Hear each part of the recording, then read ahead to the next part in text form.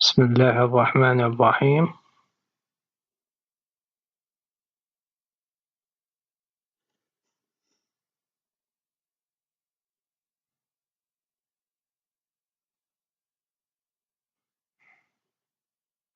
الحمد لله والصلاة والسلام على رسول الله وعلى آله وصحبه وسلم أجمعين. اللهم انفعني بما علمتني وعلمني بما ينفعني وزدني علما إنك العليم الحكيم. My topic today is about the differential diagnosis of the cystic neck mass in a child. Common causes, less common causes and rare causes, and close to the differential diagnosis with some examples. The common causes include the suppurative lymph nodes, abscess, thyroglossal duct cyst, lymphatic malformation, ranula, and second branchial cleft cyst. Helpful clues for common diagnosis. Suppurative lymph nodes. Key facts: pus in a lymph node, intranodal abscess. Imaging: we have thick enhancing nodal wall with central hypodensity. Edema in the surrounding fat, cellulitis. A plus-minus thickening of the muscles include myositis, associated non-suppurative adenopathy, and non-tuberculous Mycobacterium adenitis, lack of surrounding inflammatory changes. This is important for differential diagnosis from Mycobacterial adenitis, non-tuberculous Mycobacterial adenitis, and the bacterial adenitis. Here we see suppurative lymph node in the left lateral retropharyngeal space in a patient with pharyngitis, and we have the tonsils on the left side and the right side are enlarged. That lymph node with abscess, it is with enhancing wall. Here another suppurative lymph node. This is axial CT scan of the neck with multiple lucences without inflammatory changes involving the adjacent fat, and there is enhancement of the wall of the node, and this is Mycobacterium avium intracellulare. Abscess. Key facts: it is conglomeration of suppurative nodes or rupture of node to the extranodal abscess. Superficial abscess, anterior or posterior cervical or submandibular space. Deep neck abscess, retropharyngeal, parapharyngeal, or tonsillar, may grow rapidly to the and causing airway compromised, a plus-minus extension to the mediastinum. If anterior to the left thyroid lobe, think of fourth branchial apparatus anomaly. Exclude dental infection and salivary gland calculus as a cause of head-neck infection. Imaging: wide prevertebral soft tissue, cellulitis, and edema with or without frank abscess. False positive in children if neck not in extended position. Rim enhancing mass with low attenuation center, majority drainable pus up to 25% may be phlegmon without drainable pus. Edema in the surrounding fat, cellulitis. a plus minus thickening of the muscles, myositis, occasionally air in the abscess cavity. As we see here, axial contrast enhanced CT scan, multiloculated abscess with fairly defined rim with contrast enhancement in the left parapharyngeal deep parotid and oropharyngeal mucosal spaces in 7-month gap with persistent neck mass despite of antibiotic treatment. Here, this is axial contrast enhanced CT scan. We see well-defined enhancing rim, low attenuation abscess in the center and the right palatine tonsil, and the normal palatine tonsil on the left side. Thyroglossal duct cyst. A remnant of thyroglossal duct anywhere from the foramen cecum at the base of the tongue to the thyroid bed in infrahyoid neck. Treatment: resect the cyst, the tract, and the midline hyoid bone. We call this procedure cyst rank procedure. Imaging for thyroglossal duct cyst with minimal rim enhancement at hyoid or commonly located more than suprahyoid and infrahyoid. Most in the suprahyoid neck are midline, maybe para-midline in the infrahyoid neck. Infrahyoid embedded in the strap muscles may contain hyperechoic debris without hemorrhage or infection.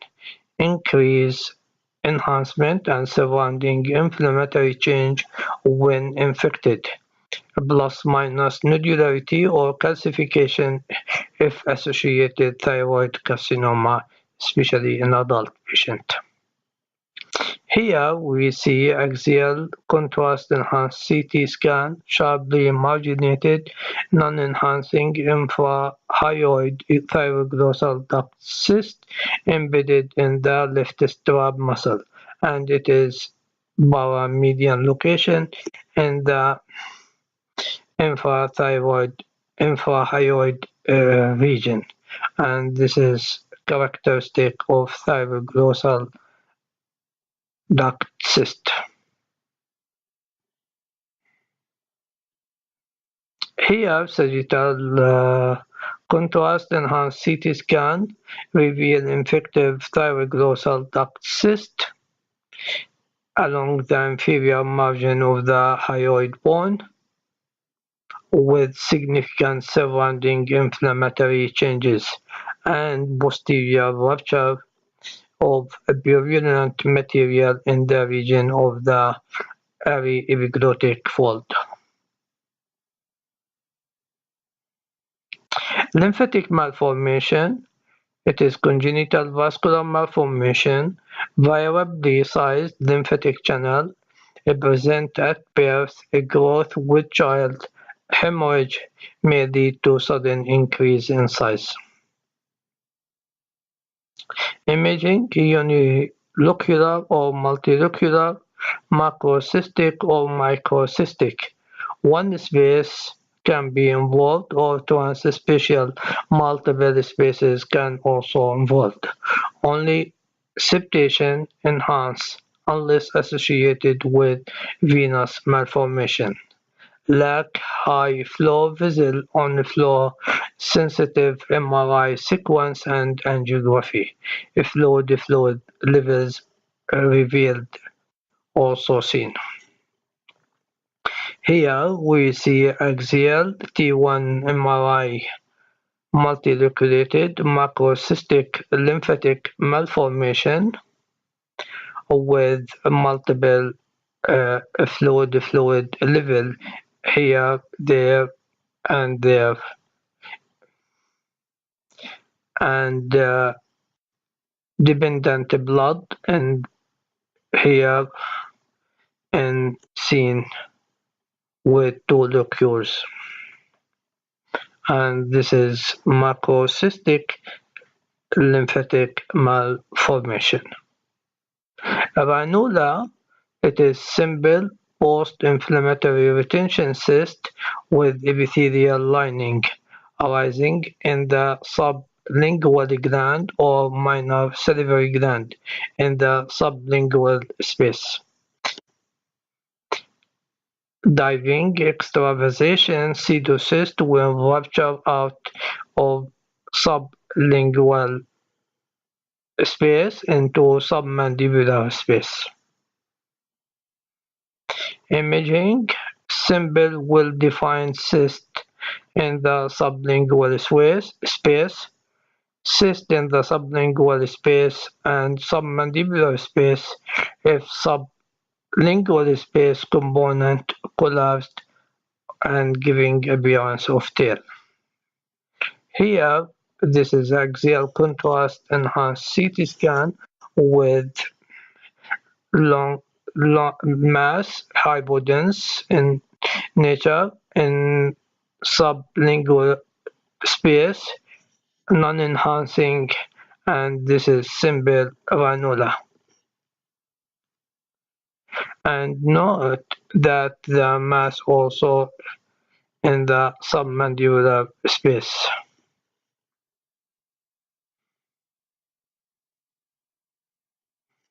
Second, branchial cleft cyst, characteristic location at or inferior to the angle of the mandible, posterolateral to the submandibular gland, lateral to the carotid space, and anterior medial to the sternocleidomastoid muscle.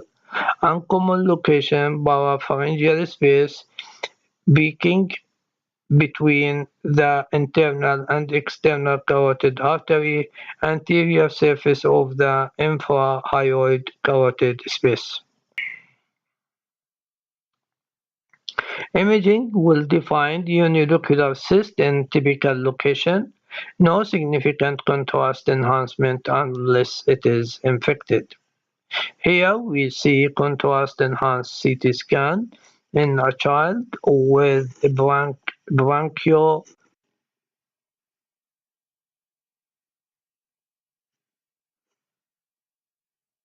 otorenal syndrome shows small bilateral second branchial cleft cyst anterior to the sternocleidomastoid and posterior to the submandibular glands.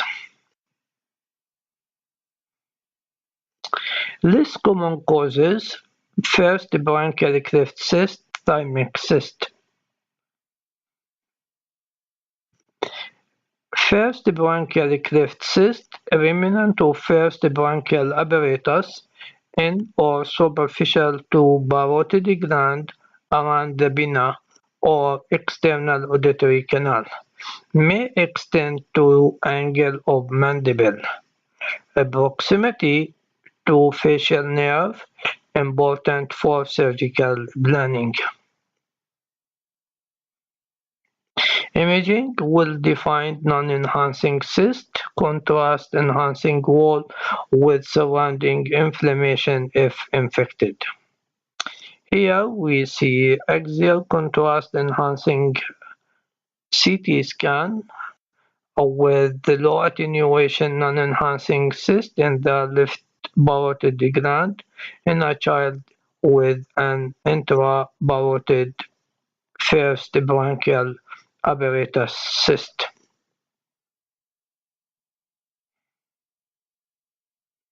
Thymic cyst, a remnant of Thymopharyngeal duct, third branchial pouch remnant, wall contains Hassel corpuscles.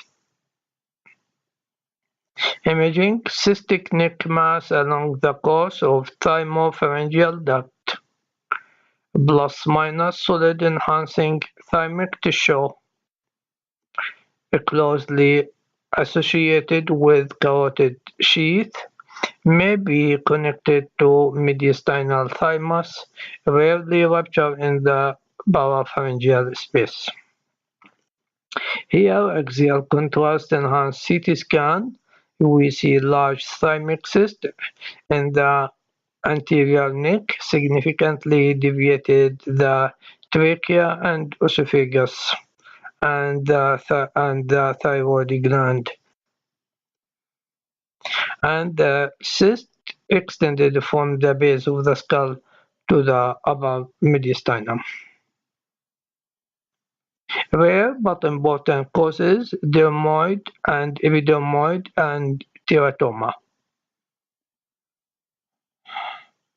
Dermoid and epidermoid, dermoid epithelial and dermal elements, epidermoid epithelial elements only. Imaging will define cyst filled with fluid. Dermoid or epidermoid will define cyst with fatty material, mixed fluid plus minus calcification, it is dermoid. So if it is cyst filled with fluid, can be dermoid, can be epidermoid, both together. But if cyst filled with fatty material, mixed fluid and calcification, it is dermoid. Here we see axial T2 weighted image, hyperintense midline dermoid cyst at the floor of the mouth. Histologically showed that the cyst is lined by squamous epithelial and contains skin, adnexial structure, respiratory epithelium, and gastric epithelium. Teratoma, all three germ cell lines, mature, immature, and malignant. Imaging, fat, calcium, cystic, and solid component. As we see here, axial CT scan reveal large multiloculated cystic mass anterior to the vertebral body here in infant with congenital teratoma. The lesion contain tiny foci of fat and several foci of calcification. Here the calcification, seen multiple foci, tiny calcification, and multiple tiny foci of fat. Axial contrast enhanced CT scan shows low attenuation, transspecial benign cystic teratoma, contain fat, contains cystic material and solid component. The visceral, carotid, and posterior to the cervical spaces all are affected. Thank you very much for listening. Hoping to see you soon in another talk.